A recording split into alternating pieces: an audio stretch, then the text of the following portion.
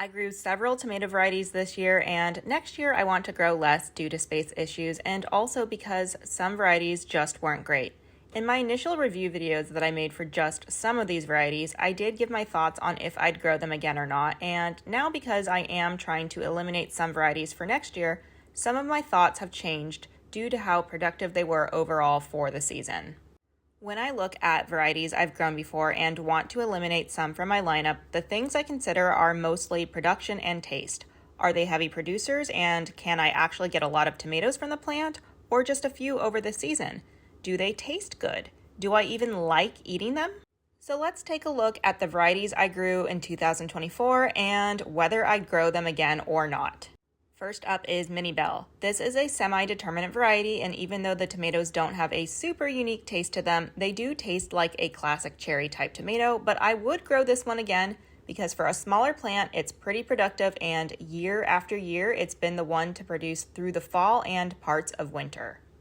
Next up is Sweet Splash Electra. This is a tomato plant with variegated leaves, and it looks really pretty. The taste of the tomatoes are pretty good, but I wouldn't say it's a very productive plant, but I would grow it again, space permitting.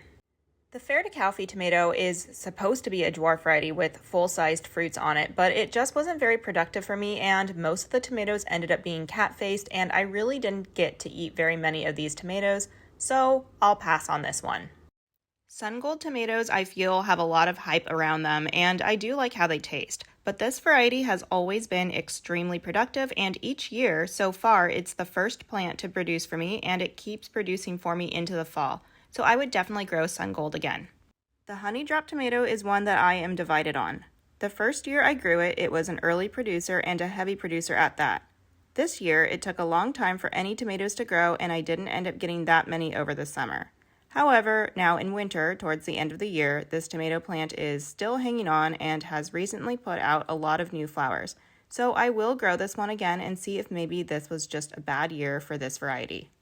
Indigo Rose is one I was excited for, and I've grown it for 2 years, but overall I feel for the season it wasn't productive.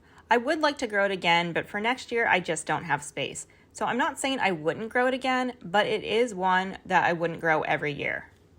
Similarly, the Indigo Apple tomato has given me the same thoughts. It's a good tomato, just not a super heavy producer overall. So while I would like to grow it again, in terms of space, it's a variety that I feel safe eliminating from my lineup. Maybe I'd try it again one of these years, but it's being benched for now. IIs Candy was a new one for me this year, and I loved the look of the tomato, but as we all know, it's not about looks. But I did find this variety to have a good taste, and it was pretty productive, so yes, I'd grow this one again.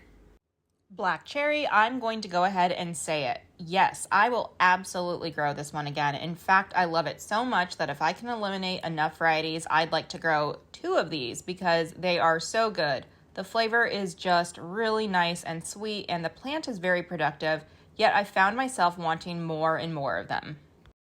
Blueberries is going to be a pass for me. It wasn't very productive, and the flavor kind of left something to be desired, and overall, I just don't think it's special enough to take up real estate in the garden.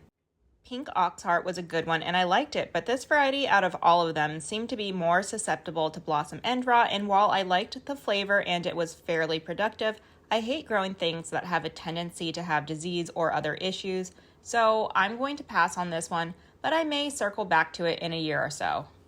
The blush tomato I grew for the second time this year, and this year it just didn't perform well or meet my expectations.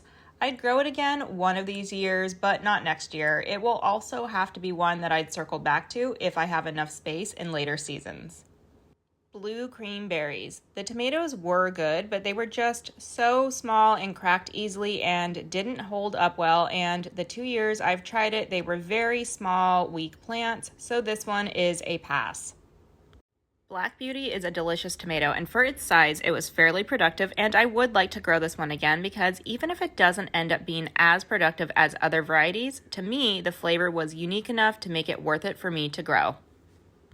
Mr. Stripey is a variety that I have grown for 2 years now. Last year it came out okay, but the plant wasn't very productive. And then this year I hardly got any tomatoes off of the plant and it really struggled. And again, it wasn't very productive. So I am going to bench this one.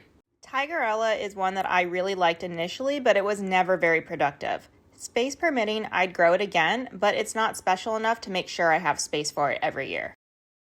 Yellow Stuffer is a fun tomato, and even though the seed packet said that this variety is not known for productivity, for me it was pretty productive. I really like this tomato because I don't really like tomatoes with a lot of goop inside. I like a meatier tomato, so this one fit the bill. This one has a nice taste and it is low in acid.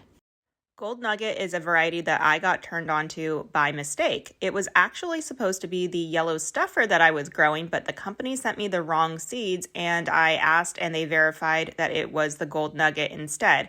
But I am happy for that mistake because I actually really liked the Gold Nugget tomato. It's very productive, low in acid, and it has great flavor. Bonnie Best was pretty good, and I would say it's a very classic tomato, but for space reasons, it's not special enough to keep it in the lineup for next year. Chocolate Stripes. I wouldn't grow this one again because the tomatoes seemed to never really reach the color they were supposed to before they started to rot on the plant because I ended up waiting for them to change color to what I thought they should be when ripe, but that never ended up happening. Even when I picked them earlier, the taste of the tomato was just okay, and it wasn't anything special. Thorburns Terracotta is a neat one. I feel like it has a nice smoky flavor, and it was moderately productive, so I would grow this one again.